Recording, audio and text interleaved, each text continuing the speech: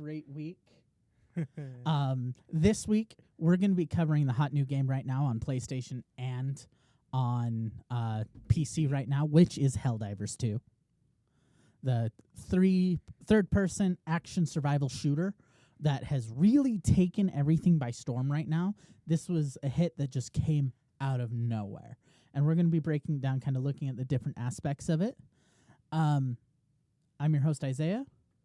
I'm Dragon Master Jake. And this is Locked Loot. Of course, this is also a live show, which means, if you're catching us in the archive, either on YouTube or on Spotify, check us out on Twitch. Otherwise, you're here, you're live with us, you're seeing it. We're going to open it actually off with the trailer that they gave, which I think played a bit into this. The trailer was fantastic. So we've actually got it here.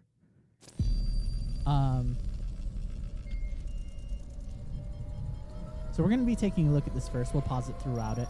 But this trailer was amazing.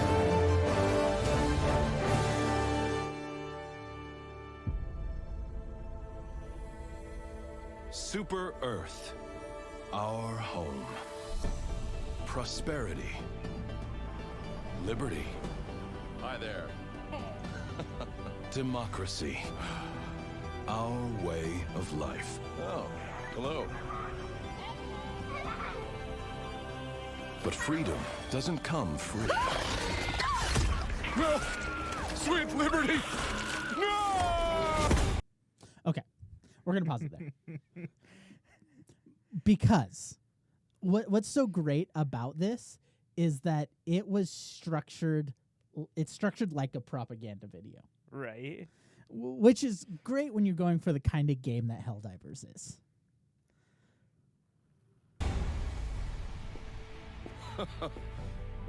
Look familiar? Scenes like these are happening all over the galaxy right now. You could be next. That is, unless you make the most important decision of your life. Prove to yourself that you have the strength and the courage to be free. Join the Helldivers. Become part of an elite peacekeeping force. See exotic new life forms. And spread managed democracy throughout the galaxy. Become a hero. Become a legend. Become a Helldiver.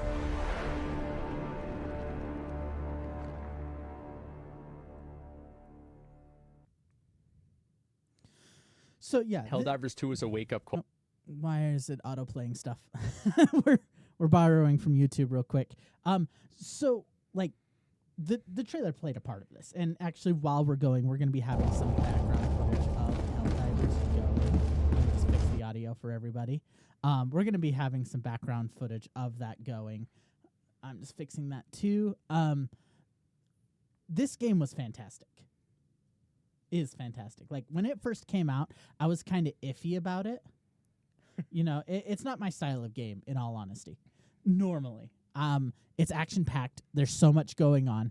The stratagems are phenomenal. Before we get into anything major, we're let you know the structure. That way, you know how we're going about this. First, we're going to be talking about kind of the release and why it was a success that came out of nowhere. Then we're going to be breaking down some of the gameplay elements, and then, of course, we're going to be touching on the story. Don't worry, you lovers of democracy. We will be reporting to the Ministry of Truth's Re-Education Center after discussing it. He's talking about me. So let's just get into it. We showed you the trailer. Let's get into it. So first of all, the release. This thing came out of nowhere. Now, Helldivers 1 was a game released in 2015. It was a mild success for Arrowhead Studios and for Sony, which holds the IP. And it was a top-down survival shooter. I believe survival shooter is the correct term. It played sort of like Helldivers, where you're trying to complete objectives, but it was top-down instead of third person. And I think that contributed to why it didn't do as well. That and, Arrowhead's a smaller production team and all of that. Yeah, but even them being a smaller production team, this game, they did a phenomenal job on it. It's They amazing. put so much work into this game. It's phenomenal. They completely reinvented Helldivers for this. Going into Helldivers 2, from Helldivers, you have this feeling that there's so much love put into it. They took the stuff that worked from Helldivers 1 and put it into Helldivers 2, turned it into third person, added to the action. And the team-based cooperativeness of it all is just phenomenal. Now, back to the release. It released on PlayStation and PC. And Xbox people are sad. Yeah, since the day of release, the Helldivers community has been calling for it to be released on Xbox. We need the ODSTs. We do, honestly. We need the 200,000 people that would hop into this game on Xbox. I honestly think at some point they probably will. But they have to make sure that their servers can handle adding an additional 250,000 to 300,000 players. See, and I'm on the other perspective. I don't think it's going to happen. I don't think an Xbox release is going to happen for Helldivers. I think PlayStation doesn't see a reason to put it onto Xbox because it's a massive success. The console exclusivity and all of that is a massive success for them. I just don't think it's going to happen. Well, the thing is, it being a console exclusive, but they also released it on PC, more people would probably look at just building a PC than buying a PlayStation because you can do more with the PC. Yeah. At that point. I mean, I've been looking at building a PC and getting Helldivers. Of course, I would probably play it with an Xbox controller because I don't know keyboard and mouse controls, but yeah, kind of the release was actually really well done, which is phenomenal. The game released in a completed state. It wasn't a buggy mess. It came out. It was great. And then, of course, there were some server issues, of course, because, Arrowhead was not prepared for this. They weren't prepared for 1 million+ players all at once. I heard discussions around it that at the time Arrowhead had probably been expecting about a concurrent player base equivalent to Helldivers 1, which was 10,000. They're looking at about 750,000, probably 450,000 on PC, maybe 200,000 on a PlayStation. Sound fair? And that's, I think, right now. When it first came out, I think they peaked near 1 million. Probably. I don't actually have the numbers in front of me, but Helldivers sold 3 million copies on PC alone. Yeah. This game sold, and it's a massive success. The live service model that it uses is phenomenal. Now, most people hear live service and they go, ew, live service. Monetization, microtransactions. How Helldivers did it in their war bonds is fantastic because what they did is they're like weapon progression, everything. The free war bond will have all the weapons you need. The premium war bond will essentially have the same weapons but different skins on them. On top of that, we're making the premium currency.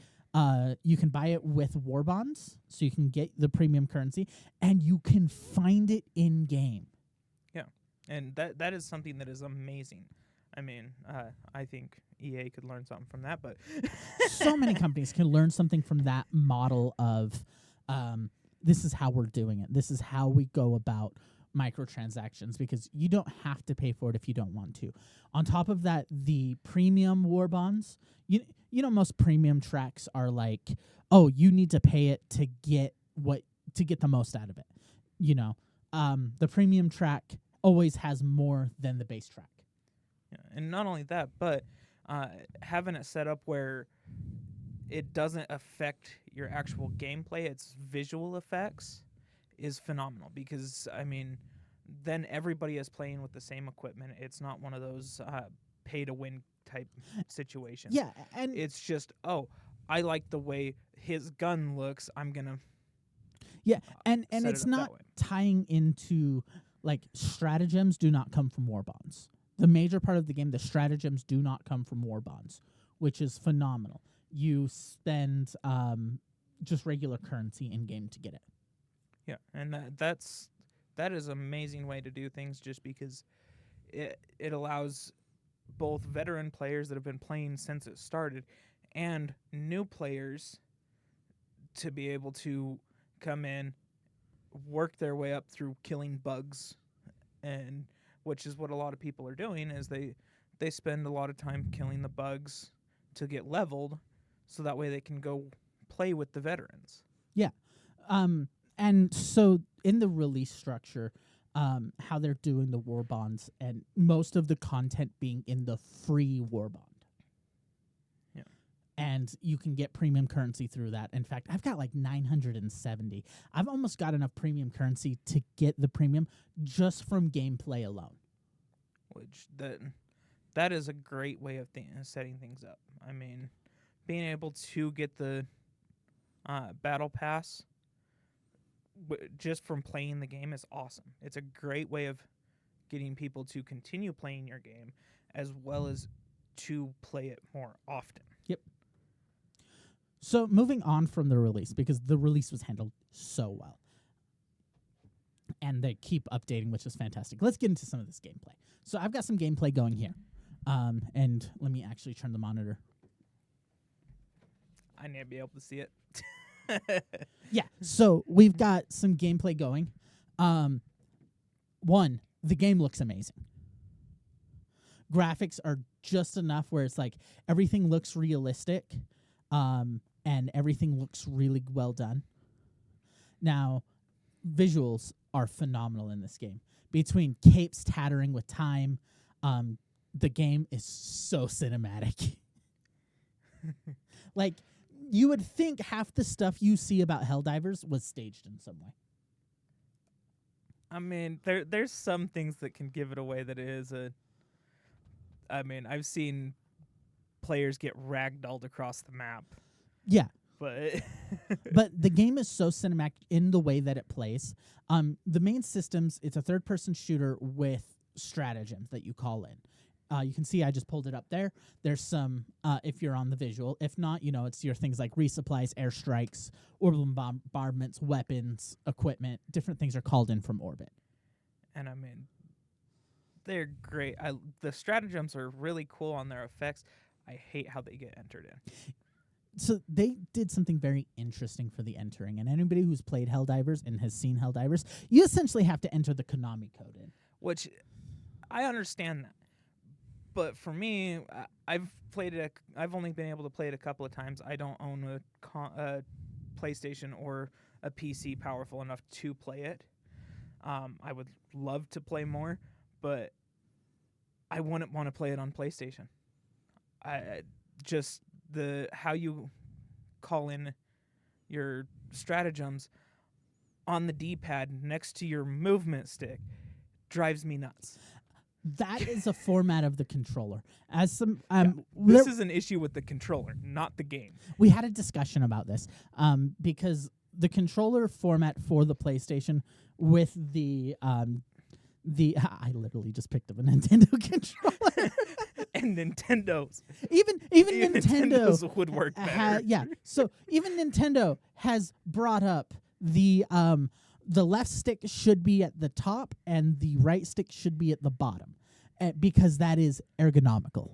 Yes. It feels good. Sense. The PlayStations where both thumbsticks are down here, as a player who played Nintendo, as a player who played Xbox, when I came to PlayStation, honestly, it was kind of returning to my roots because we started with we grew up playing PlayStation, but it was not as comfortable as Xbox or Sony, which makes it so much more difficult to call in the stratagems. Yeah, because with this kind of controller, if you needed to call in a stratagem with a D-pad, you can still move and then use your right hand to do it. With that one, you either have to churn your hand. I call in stratagems like this. I have to use my right hand over the left stick and my left hand on the left hand on the right stick, right hand on the D-pad, because you have to hold L1 and hit the D-pad for your stratagems while moving. It is just not efficient on the PlayStation controller. I honestly think that's why a lot of times PC actually does better in this. Yeah, because I'm betting you just bind your arrow keys to your stratagems, or create a macro. Right. You got people. And then creating use macros now. WASD as your movement. Yeah, which is pretty standard.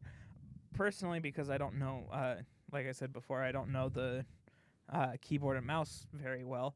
I'd probably pair it up with an Xbox controller Which on a is fair. PC.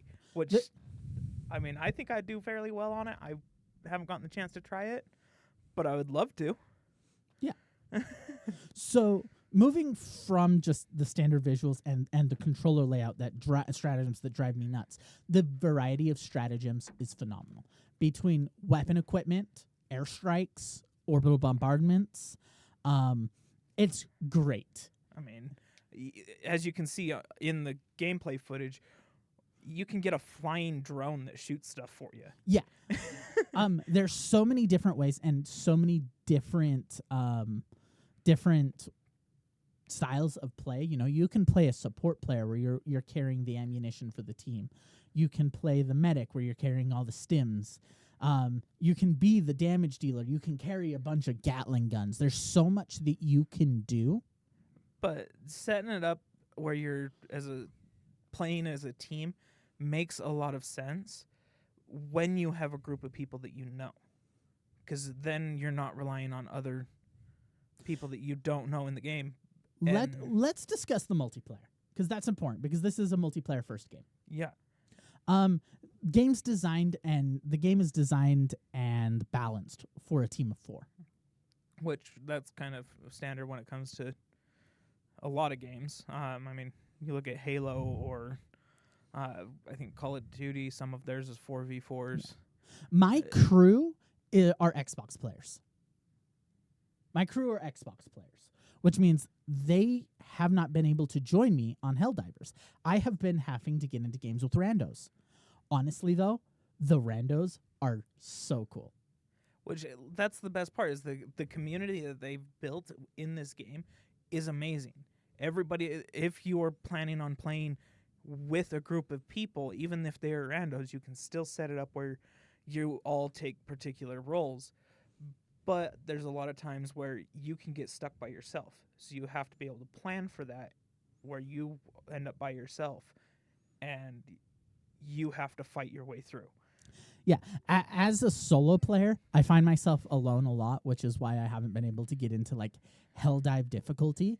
And moving from stratagems to the multiplayer, the community that they built. I have no idea how this community sprung up so fast. Well, not only that, but you don't just have you don't just have PlayStation and PC being in this community. You have Xbox players as the super, what are they called? Oh, the community calls them super citizens. Yes, because we are waiting to be called in. We want it to be put on Xbox, because you know Xbox players playing Halo and other similar gameplay styles are ready for it. The Xbox would be amazing with this game.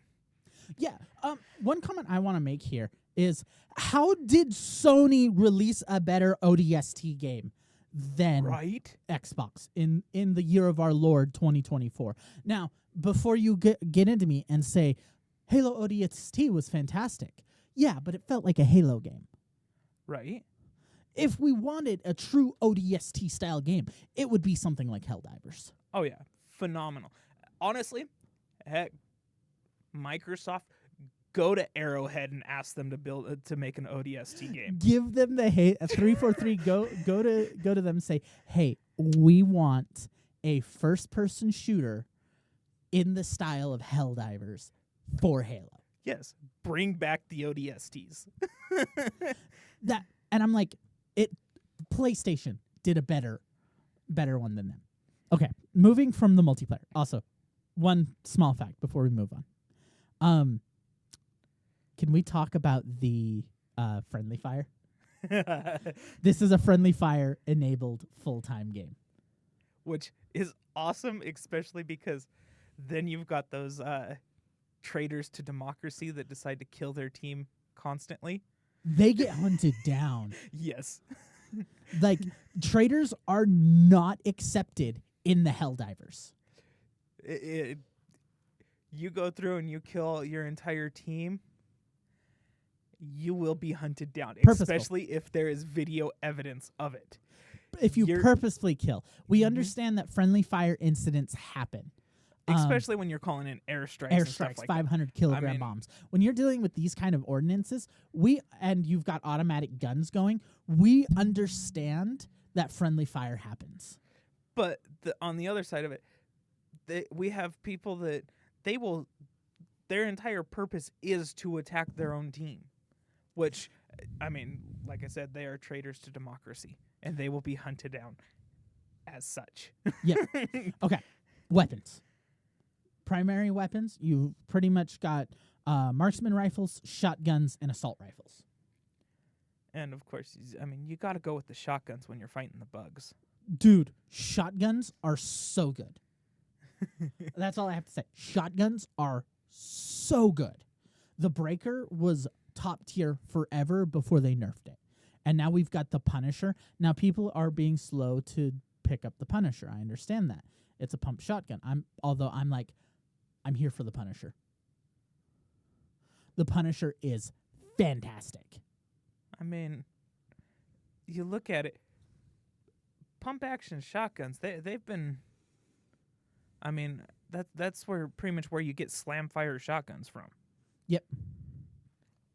They're useful. And that's I love it because people are like, it's a pump action shotgun. Fun fact, you can fire this thing like a slam fire shotgun. Exactly. If you time it right, in fact, I think if I fast forward this video, in this one I'm using the Breaker. So I'm just fast forwarding to the next match when I would be using it because people complain, but this gun is that's the autocannon. Also, can we talk about the tanks? Bots have tanks. Okay, sorry. Aside from that, I'm getting distracted. Yes. Okay, so the different kinds of shotguns are phenomenal. Your secondaries are great, and your requisition options for stratagems are cool too. Between disposable rocket launchers, autocannons, marksman anti-material rifles, grenade launchers, flamethrowers, you've got everything for everybody. And not only that, but I mean, you need to. The best part about it is stuff like that. You don't necessarily have to sit there and fire tons of ammunition into somewhere.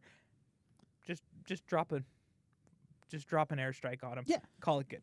And when you're being surrounded by a bunch of hordes, I've dealt with that with the bugs. Just drop your autocannon. I mean, and not only that, but then you have a pretty much chain-fed machine gun that you just light them up. The weaponry is top tier. And I think another aspect of the gameplay to go into that's really well done is the differences in the wars. We have two wars going on in Helldivers. You have the fight against the bots and the fight against the bugs. And they play completely differently. You use completely different weaponry with them. Different weaponry, different tactics.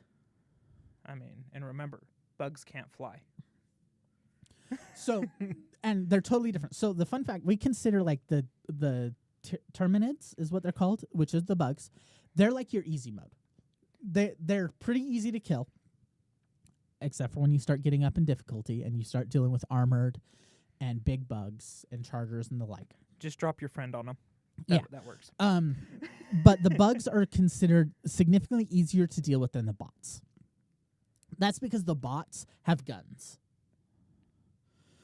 The bots shoot back. Yeah, I mean, well, the bugs spit acid at you.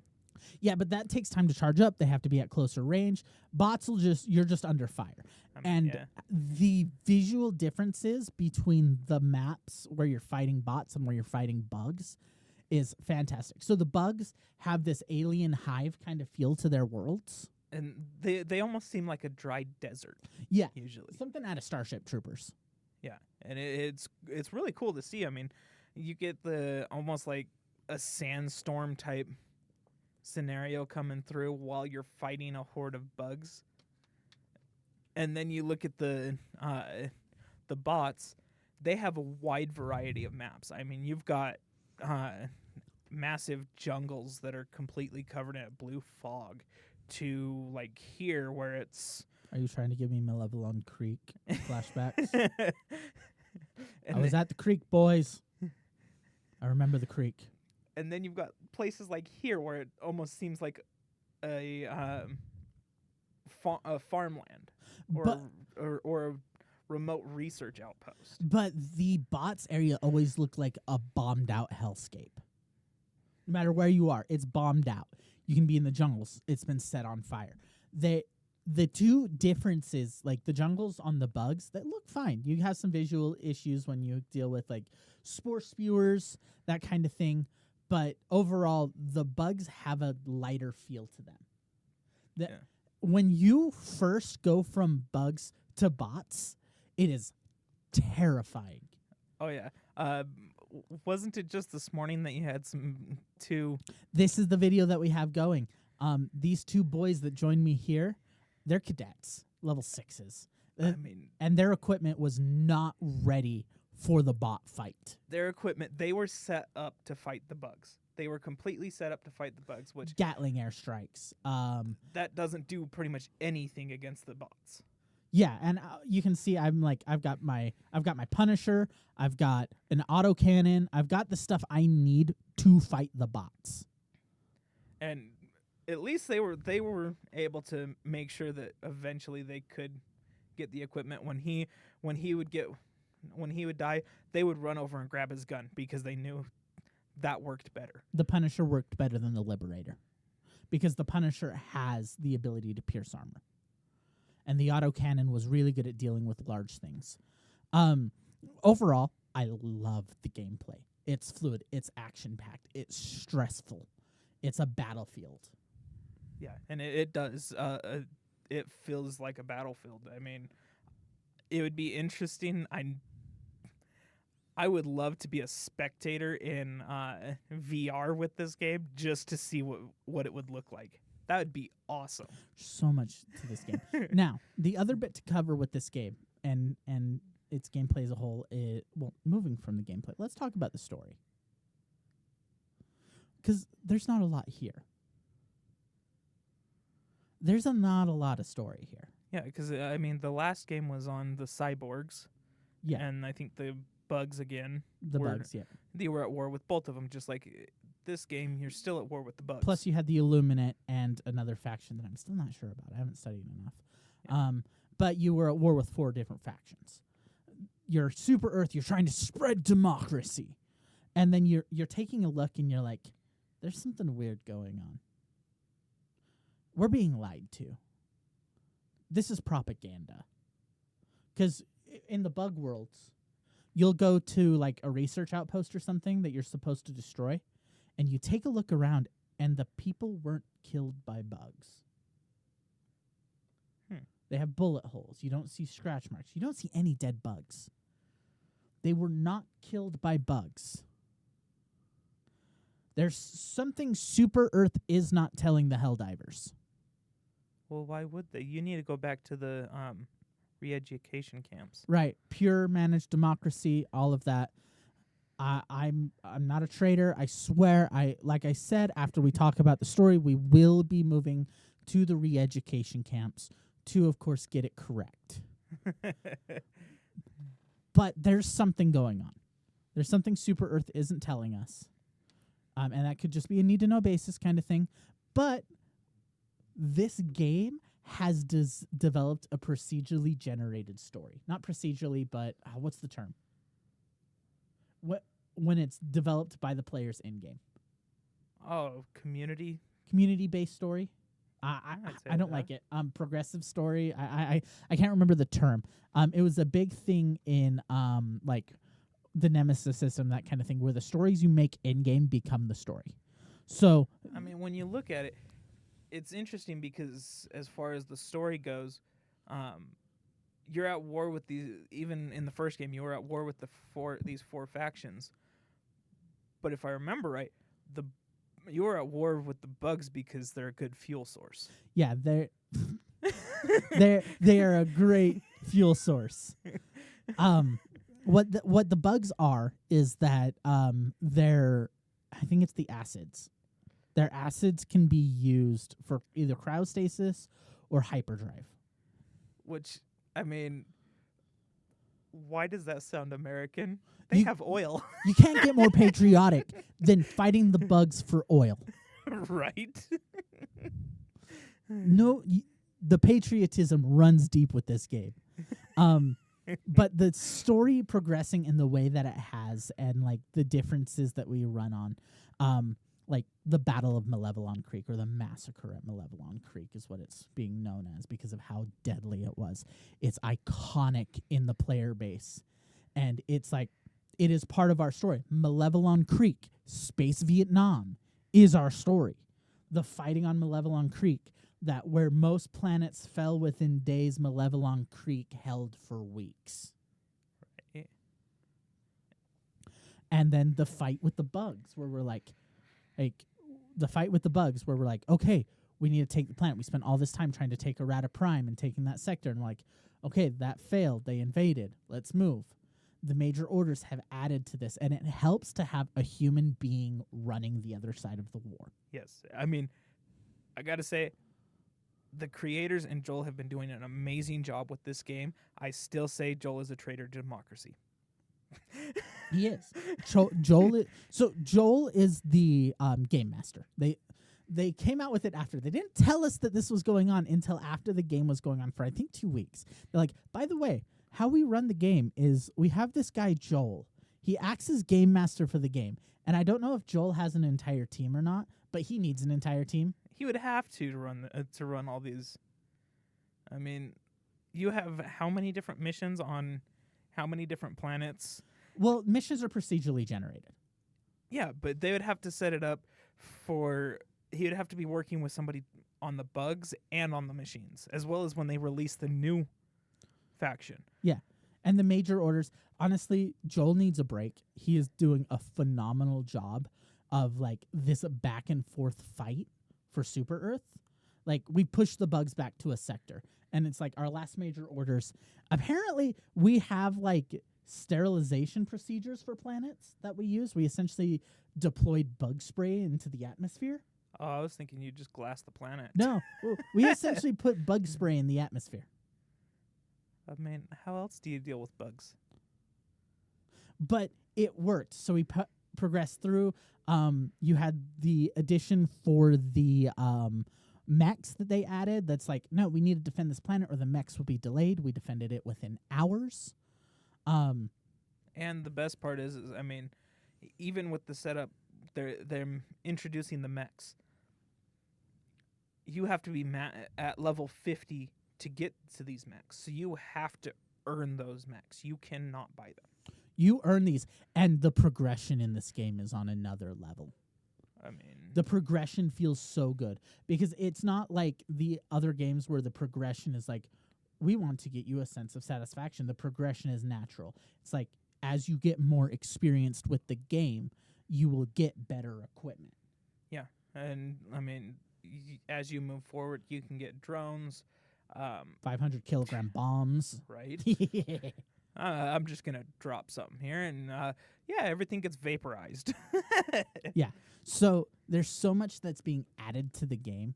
It's so well done. And the fact that even after, this game's been released for what, about a month, 2 months now? Thereabout. And they're still keeping a very large player base. I want to see, I'm hoping after 6 months the player base is still just as big, because that shows that this game's they're going to keep adding to this game and it's going to get even better. And they have. It's been so well done. I cannot give enough praise to Helldivers. I mean, I've seen a couple of visual issues, especially when there's some people that will take and kill a bug with their extraction, and it kind of bugs it where the bug just stays standing up like nothing happened, but it's dead. Like, but those visual glitches don't take anything from the game. Right. That and the like, what are they called? The schizophrenia update. Apparently, there was an issue where bugs would despawn. So you'd be fighting a charger, it'd be rushing you, you're about to die, and then it despawns. So people calls it the schizophrenia update, or the PTSD update. But there's so much in this game, and the missions are so different.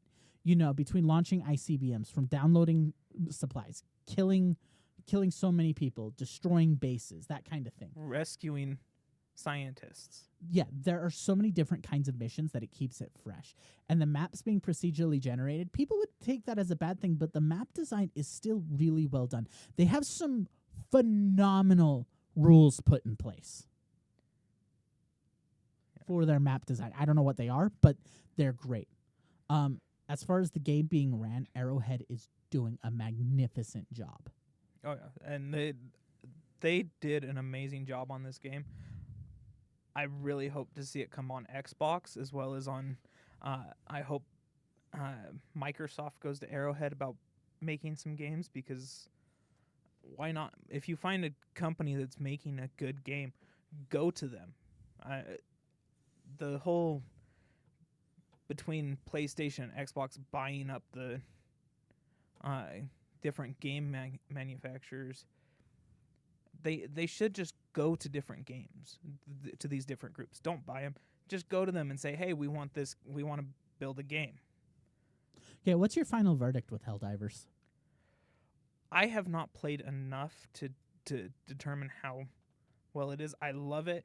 I'm considered one of those super citizens that is waiting for it to come on Xbox. It's either that or I'll see if I can build a PC to play it on. Now, I always judge games on a scale of 1 to 10. 5 being average. There's a reason for that. And if you've seen any of how I judge games in the past, I do not give this lightly. I think I gave what game was it? I think I gave Baldur's Gate an 8 out of 10. And I do not give this lightly when I say this game. Well, actually, no, we never reviewed Baldur's Gate. I give Baldur's Gate a 9.5. But you're a DM, so I'm a GM. I can appreciate all of the love that went into the Dungeons and Dragons. But that's aside. Honestly, Helldivers is game of the year. Oh, I would love to see it make game of the year. It looks absolutely amazing. Best multiplayer, best action, maybe best game overall. The score is phenomenal. I gotta give this. It's not a perfect game, like you said. There are some visual errors. Well, not just the visual error. I mean, like I said, I haven't played enough to actually determine what I would rate it. I mean, as it sits right now, I would say probably a 7 or an 8. As I play it more, it would probably increase because I would get to know the controls better and know the equipment and everything else, and it would be a great way of learning the game for me. But as it sits, I don't have a PlayStation. I don't have a PC strong enough to play it. I would love to, and eventually I'm hoping to get to that point. But for right now, I could not make an accurate assumption. Okay. I'll give it a 9. 9 or 9.5. This game is amazing. If you have a PlayStation and you do not have Helldivers, go get Helldivers. The way that see it. Sorry, I don't think it's Helldiver, not Helldivers. Helldiver 2. Go get Helldiver. I mean, let me actually check. I think it's Helldiver. I just see it as it's Helldivers. So go get Helldivers 2. If you don't have it, this is a must play. And like I said, I've played it a couple of times. It is a very fun game. I hate the PlayStation controls, but I mean, to be fair, I was kind of mean because I think I threw you into a medium mission. Well, the first mission you threw me into, I kind of just walked up, shot the objective, and mainly because you told me shoot it, and then you told me to run, and I kept shooting it. It was a bug extermination, and I'm like, shoot it, kill it, and I'm like, oh, after he killed it, I'm like, that was the broom commander. Well, it was just funny because it's charging me, and he tells me to run, and I'm like, you told me to shoot it, so I just kept shooting it. And Do it both, died. run and shoot it. Like I said, I honestly think that for me, the game would probably be a lot more fun on PC.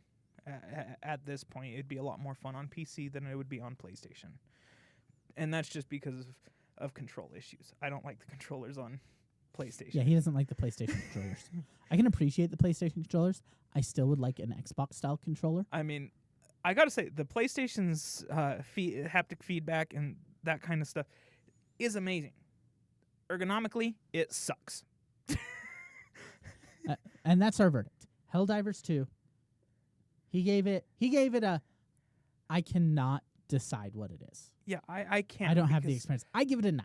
I give it a 9.5. Game of the Year material. Phenomenal. Especially for a game that came out of nowhere. Right. And not only that, but if I remember right, it took